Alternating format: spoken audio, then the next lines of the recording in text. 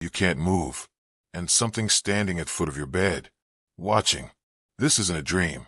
It's sleep paralysis. And tonight, you will hear the terrifying true stories from those who survived it. The first time I saw him, I thought my mind was playing tricks on me. You know that feeling when you're drifting between sleep and consciousness, when reality blurs at the edges like watercolors bleeding into wet paper. That's when he appeared, standing perfectly still in the northeast corner of my bedroom, his silhouette barely distinguishable from the shadows that pooled there each night. My name is Victoria Chun, and I moved to this Victorian house in Portland 3 months ago.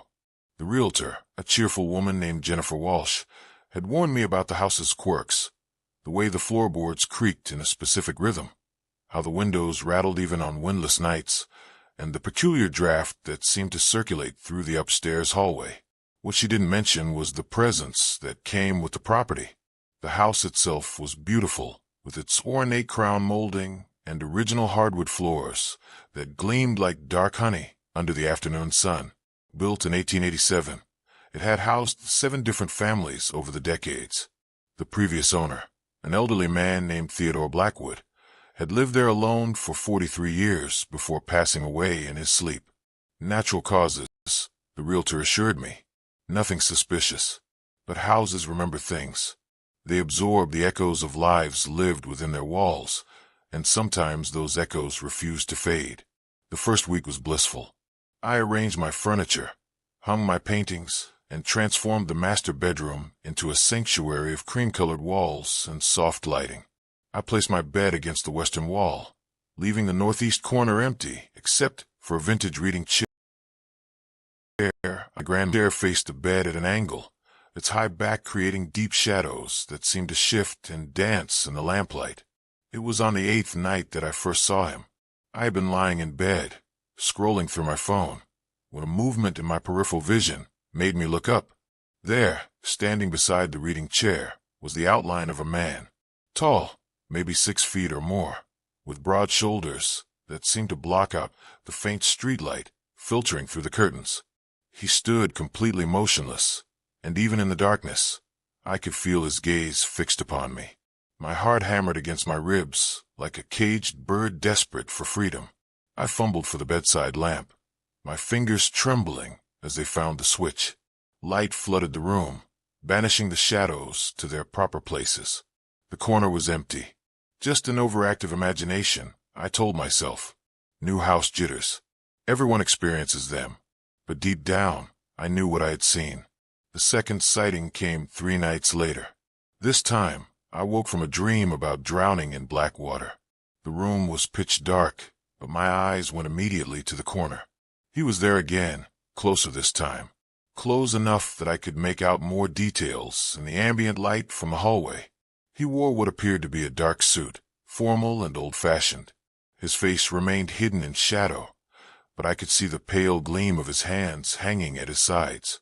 This time, I didn't reach for the lamp. Some primal instinct warned me against sudden movements. Instead, I lay perfectly still, watching him watch me. Minutes crawled by like hours.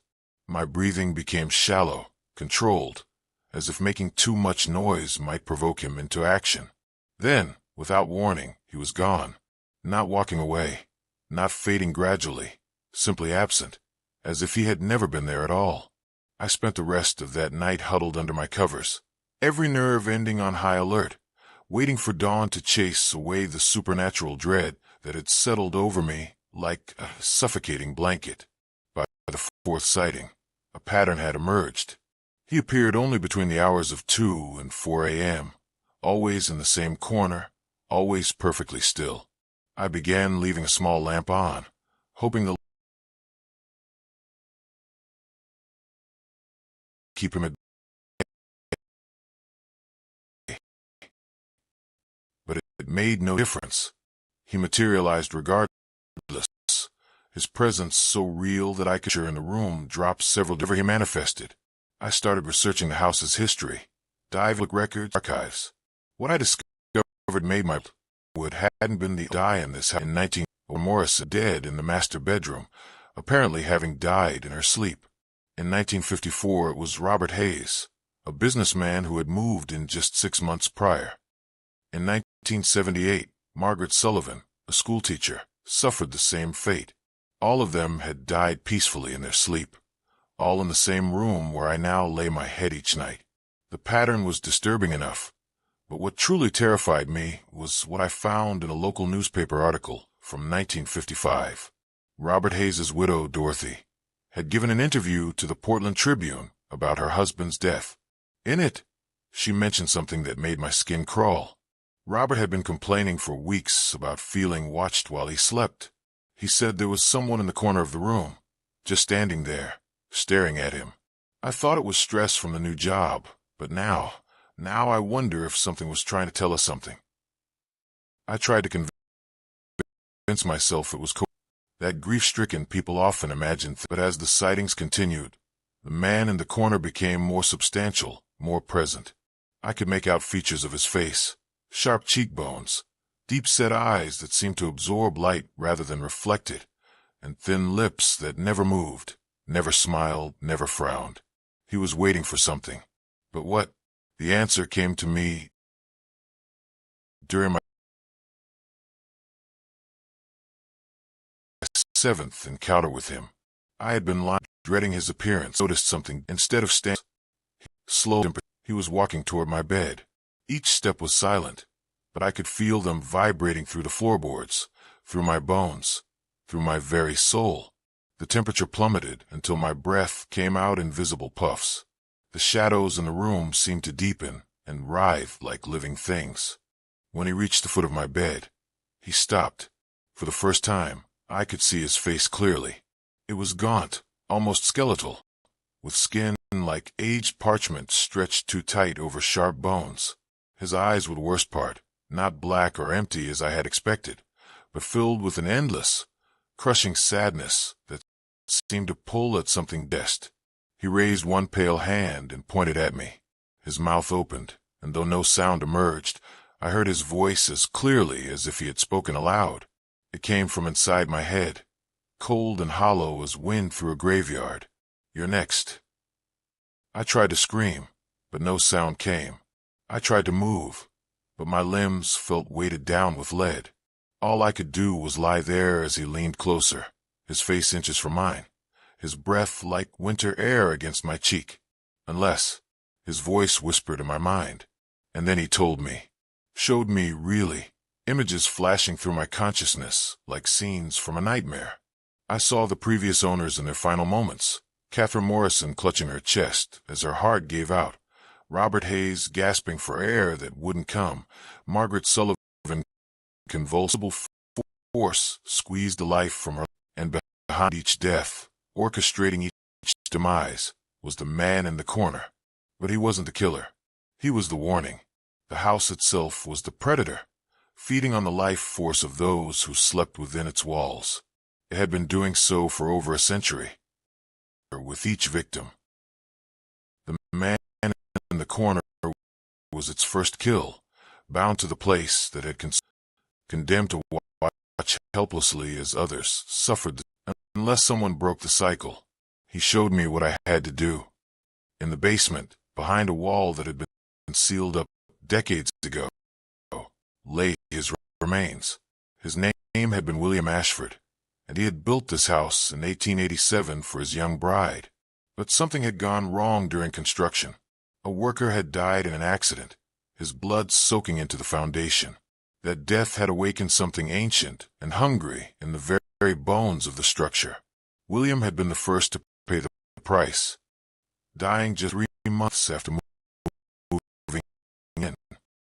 But his love for the house, his connection to it as its creator, had trapped his spirit with. For over a century, he had been trying to warn, and fewer's message was to give what it peace, stay gathered, work gloves, and a flashlight. As evening approached, my hand shook with a combination of terror and determination. I had to try. The alternative was to become another mysterious death in the house's bloody history. It felt like descending into the earth. The air was thick and tasting of molding else. Something rotten made my stomach churn. I found the sealed, surrounding stonework, obviously added years after the original construction. The first swing of the sledgehammer sent vibrations through my arms and seemed to echo through the entire house. The second swing created a small crack in the mortar. By the 10th swing, I had broken through. The smell that emerged from the opening was indescribable, decay and despair given physical form. I shone my flashlight into the cavity and saw them, bones, yellowed with age, still wearing the remnants of a dark suit. Among the remains lay a wedding ring and a small leather journal. As I reached for the journal, the temperature in the basement dropped so dramatically that frost began forming on the walls. Behind me, I heard footsteps on the stairs.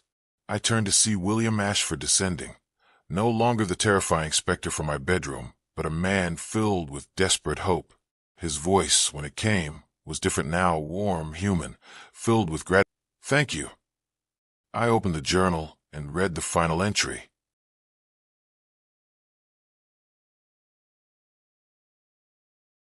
Dated September 1880. The house is hiding on a list, raining her night, paler, weaker. I have tried to take her away, but the house won't let us leave. It has claimed us both. If anyone finds this, know that the house must be starved. Break its hold on the earth. Salt the foundation. Burn the bones that feed it. Only then will the dead find peace. Following William's instructions from beyond the grave, I gathered his remains and brought them upstairs.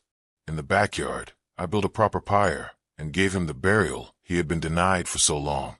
As the flames consumed his bones, I felt a shift in the house's atmosphere, like a held breath finally being released. The next morning, I salted the foundation as the journal had instructed, walking the perimeter of the house while sprinkling salt into every crack and crevice I could find. With each step, the oppressive weight that had been pressing down on me for weeks grew lighter. That night, for the first time since moving in, I slept peacefully. The corner remained empty, and the house settled into silence that felt natural rather than threatening. I lived in that house for 2 more years without incident. When I finally moved to take a job in Seattle, I made sure to tell the new owners, James and Patricia Murphy, about its history, not to frighten them, but to ensure they understood the importance of respecting the space and the souls who had found peace within its walls. Sometimes, even now, I wake in the middle of the night in my new apartment and glance toward the corner of my bedroom. It's always empty, but I remember the lesson William Ashford taught me. Sometimes the things that frighten us most are trying to save us, and sometimes the dead simply want someone to listen to their story. The house in Portland still stands, and as far as I know, no one has died there since William found his peace. But late at night, when the wind is just right, neighbors sometimes report seeing a warm light in the master bedroom window. Not the cold glow of electric bulbs, but the gentle flicker of candlelight. They say it's William and Elizabeth, finally together, watching over their home and ensuring that no other souls fall victim to the darkness that once consumed it. I choose to believe that's true. After all, some spirits deserve their happily ever after, even if it comes a century too late. The man in the corner who watched me sleep wasn't my enemy. He was my guardian angel, dressed in shadows and speaking in whispers, doing everything in his power to save my life. And in the end, we saved each other. The thing you need to analysis and remember where a body becomes a prison. The second thing you need to know is that some prisons have visitors. My name is Victoria Chun, and I'm a sleep researcher at Northwestern University. What I'm about to tell you happened 3 months ago, but the terror still wakes me every night. The medical journals will never publish this. The university buried the footage, but the screaming never stops echoing in my head. Our sleep lab was conducting a revolutionary study on sleep paralysis, the horrifying state where consciousness returns, but the body remains frozen. We had 12 volunteers from across North America. Joe, Isabella from Phoenix, Oliver from Manchester, who was visiting on exchange, and 9 others willing to be monitored during their most vulnerable moments. The lab looked innocent enough. 12 beds arranged in a circle, each surrounded by cameras, EEG machines, and monitors that tracked every heartbeat, every breath, every twitch of REM sleep. What we discovered was that some doors should never be opened, and some thresholds should never be crossed. It started on night 7 of the study. I was monitoring from a control room when the first anomaly appeared. The temperature in the lab dropped 15 degrees in 30 seconds. Every machine registered the change, but there was no explanation. No ventilation malfunction, no equipment failure. Just a sudden, crushing cold that made the air itself feel hostile. Then Oliver's vitals went haywire. His heart rate spiked to 180 BPM, while his body remained completely motionless. On the EEG, his brain showed the chaotic patterns of someone in absolute terror, but his eyes stayed closed. His breathing shallow and rhythmic, classic sleep paralysis, except for one detail that made my blood turn to icy. His lips were moving. I leaned closer to the monitor, adjusting the audio feed. What I heard was a whisper so faint it barely registered, but the words were unmistakable. "She's here. She's here. She's here." That's when Isabella started screaming. But here's the thing about Isabella's scream. Her mouth never opened. The sound came from somewhere else, somewhere that couldn't be explained by vocal cords or human anatomy. It was a sound that seemed to originate from under bed, a shriek that penetrated straight into your soul. That's when I saw her. Standing between the beds was a figure that have existed. She was tall, impossibly tall, with limbs that stretched like shadows cast by a dying flame. Her face was a void where features should have been, except for her eyes. 2 burning points that seemed to look directest fears. Every patient in the lab was now experiencing sleep paralysis simultaneously. 12 bodies lying frozen while their minds screamed. The monitors showed brain activity off the charts, but their bodies remained trapped, helpless. The entity moved between the beds like she was shopping. She would lean over each patient, and I could see their terror through the cameras. Their eyes would roll back, showing only white, while their mouths opened in silent screams that their paralyzed vocal cords couldn't release. But I could hear them anyway, a chorus of agony that seemed to bypass the ears entirely. James's bed. Big guy from Toronto, a construction worker, because he'd been having nightmares. The entity placed what might have been a hand on his forehead, and his body began to convulse despite the paralysis. His back arched impossibly high, and a sound came from his throat that no human should be able to make, a wet, gurgling scream that seemed to go on. That's when I realized I couldn't move either. My legs had become concrete. My arms at my sides. But unlike the patients, it opened. The entity worked her way around the... I could feel her presence like ice water in my veins, something like rotting fish with copper pennies. She was feeding on their terror. Each scream, each moment of helpless panic, seemed to make her more solid, more real. The temperature continued to drop until frost began forming on the windows, and the monitors started showing readings that defied. Heart rates over 200 BPM. Brain activity that suggested the patients were experiencing multiple deaths simultaneously. When she reached the bed of Catherine, a student from Dublin, something different happened. Catherine's eyes snapped open, and for just a moment she could speak. "She's been waiting," Catherine whispered, her voice like autumn leaves scraping against concrete. "She's been waiting in the place between sleep and waking, feeding on those who get trapped in the threshold. And now she's strong enough to cross over." The entity turned toward me then, and I finally understood why the patients couldn't move. It wasn't just paralysis. She was holding them, keeping them suspended in that terrifying moment between dreams and reality, where the mind is awake, but the body belongs to something else. Her non-face tilted as she studied me. "And when she spoke. It was with the voices of everyone who had ever experienced sleep paralysis, a symphony of trapped souls speaking in unison. You opened the door with your machines and your monitoring. You watched them in their most vulnerable state, and your observation made the boundary thin.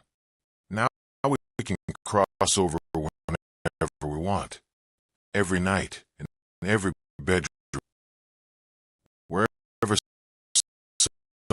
someone lies helpless and aware, but unable to move.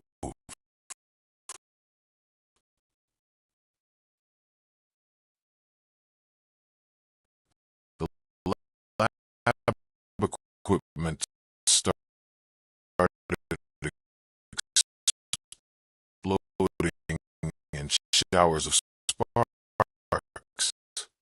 The cameras burst one by one, but not before capturing images that would haunt the few who saw them. Images of the entity multiplying, becoming a dozen figures, then 100, all feeding on the trapped terror of the patients. That's when the real screaming started. Not from the patients. They were beyond screaming now. Their minds pushed so far into terror that they had reached a place where sound becomes light,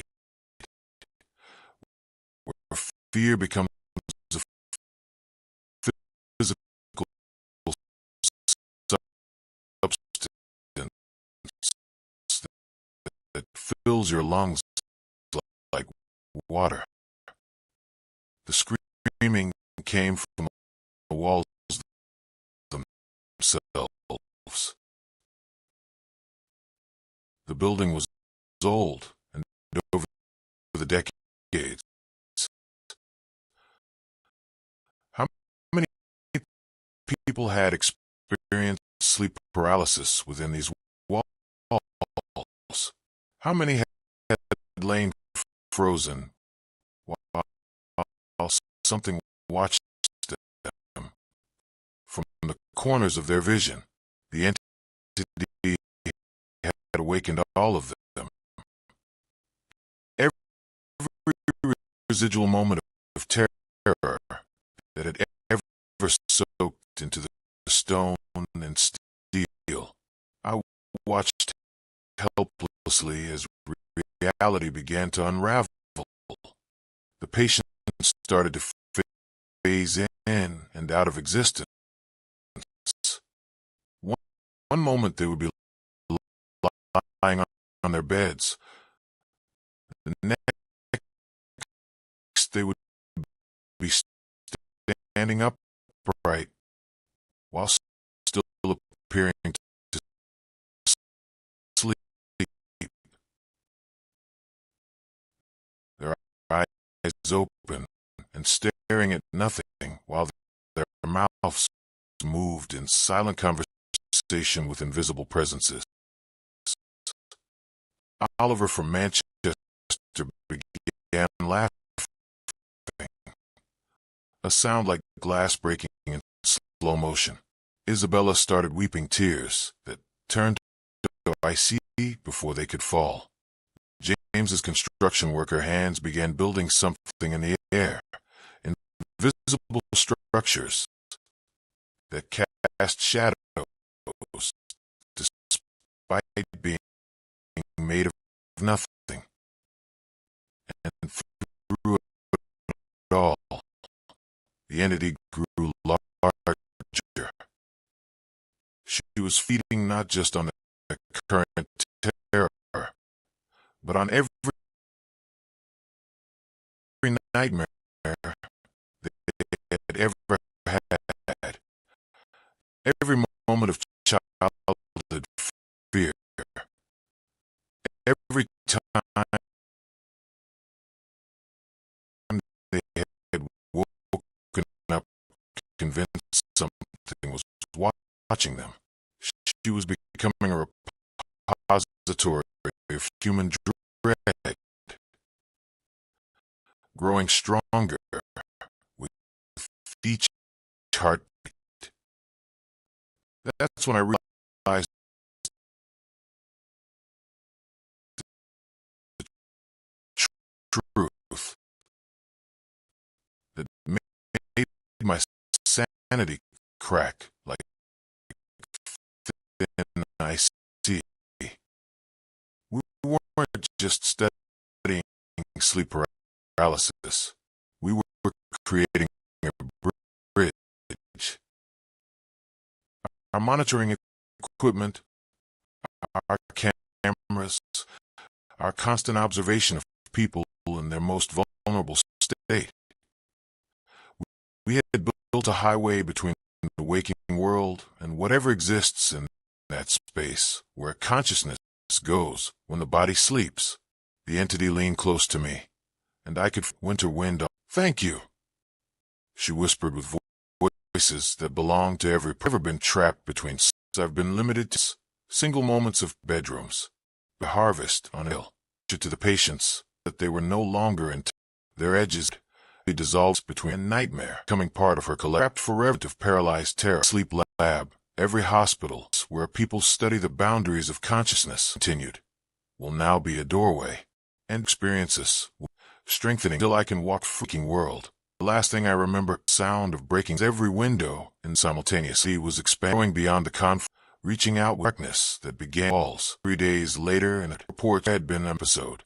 Mental sleeps were found. It's retreated to themselves that the equipment was destroyed by what investigators precedented electromagnetic interference. But I know the truth. I know every night when I try to sleep. Not just watching me, but inside the very act of falling asleep. She's there and that moodiness starts to fade when the body shut down, but the mire. And I know reports started coming around the world within sleep labs in London, Berlin, Sydney, Vancouver, all reporting similar incidents.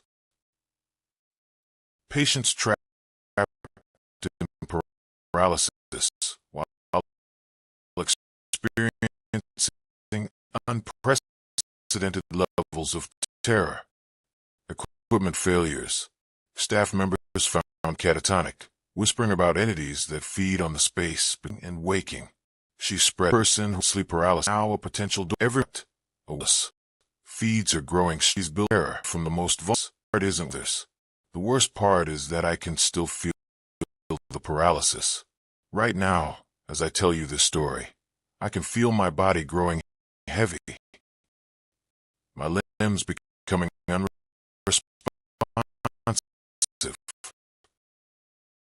She's still here, still feeding. And I'm starting to realize that I never actually woke up. I'm still in that lab. I'm still trapped in that moment between sleep and wake. Everything since then. This very conversation is just another layer of the nightmare around my consciousness. Listen this far. Really heard you. Then something she can traps. Everly understand sleep. Every imagine that this possible watches from the new doorway. It'll start heaviness something is standing outside, is becoming shut, like you're preparing for to or he's here now, waiting for you to create that bridgelessness. Happening. Paralysis begins to set in. Discover what all of us learned too late. Dreaming you will hear won't out. It will become someone who has ever been trapped in that space between dreams and reality. A chord that grows louder with each new victim. Each new person who learns that some knowledge comes with a price. Place where consciousness goes to scream. And remember, as the darkness and your body becomes a prison, she's not just, she's learning from it. Growing stronger, preparing for the day when she won't need doorways at all. The screaming never stops. But you'll get used to it. Everyone does. Eventually.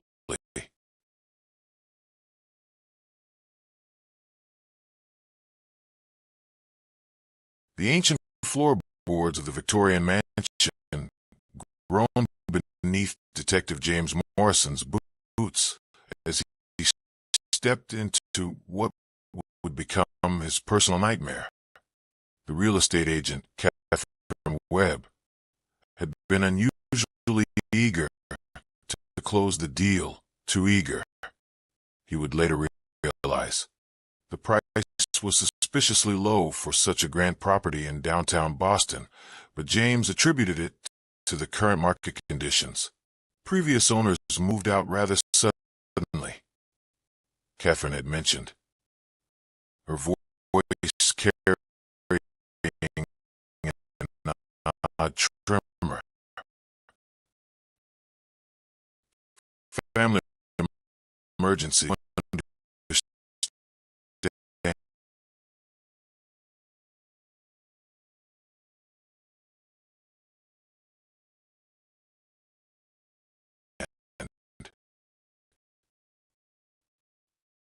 What she didn't mention was that the previous owners,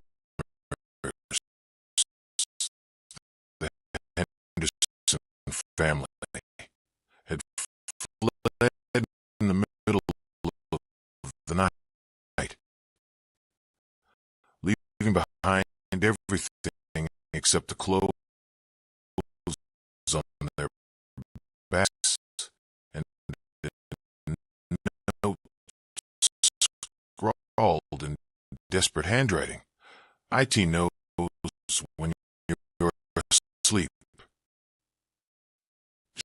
James Morrison was a rational man. 23 years with the Boston Police Department had taught him to rely on facts, not superstition. He specialized in cold cases, spending his days piecing together fragments of long-forgotten crimes. He had a quiet home where he could work on his cases in peace seemed perfect. The first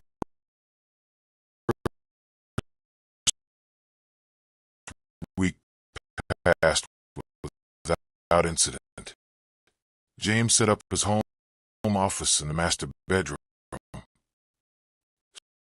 spreading case files across an antique oak desk.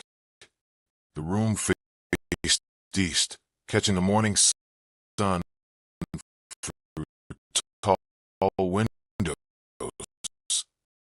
draped with heavy burgundy curtains that the previous owners had left behind.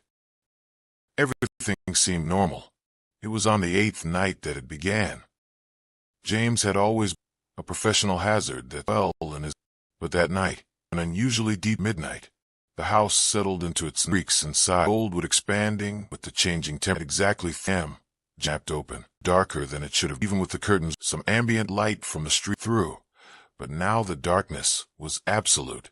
It pressed against him like a physical weight, thick and suffocating. Felt it. His chest, the weight of blank position of his... The entire thing that shouldn't have been. Pressure was deliberate, intelligent, as if something was sitting directly on, pinning him to the... James tried to move, to sit up, to call out, but his body wouldn't respond.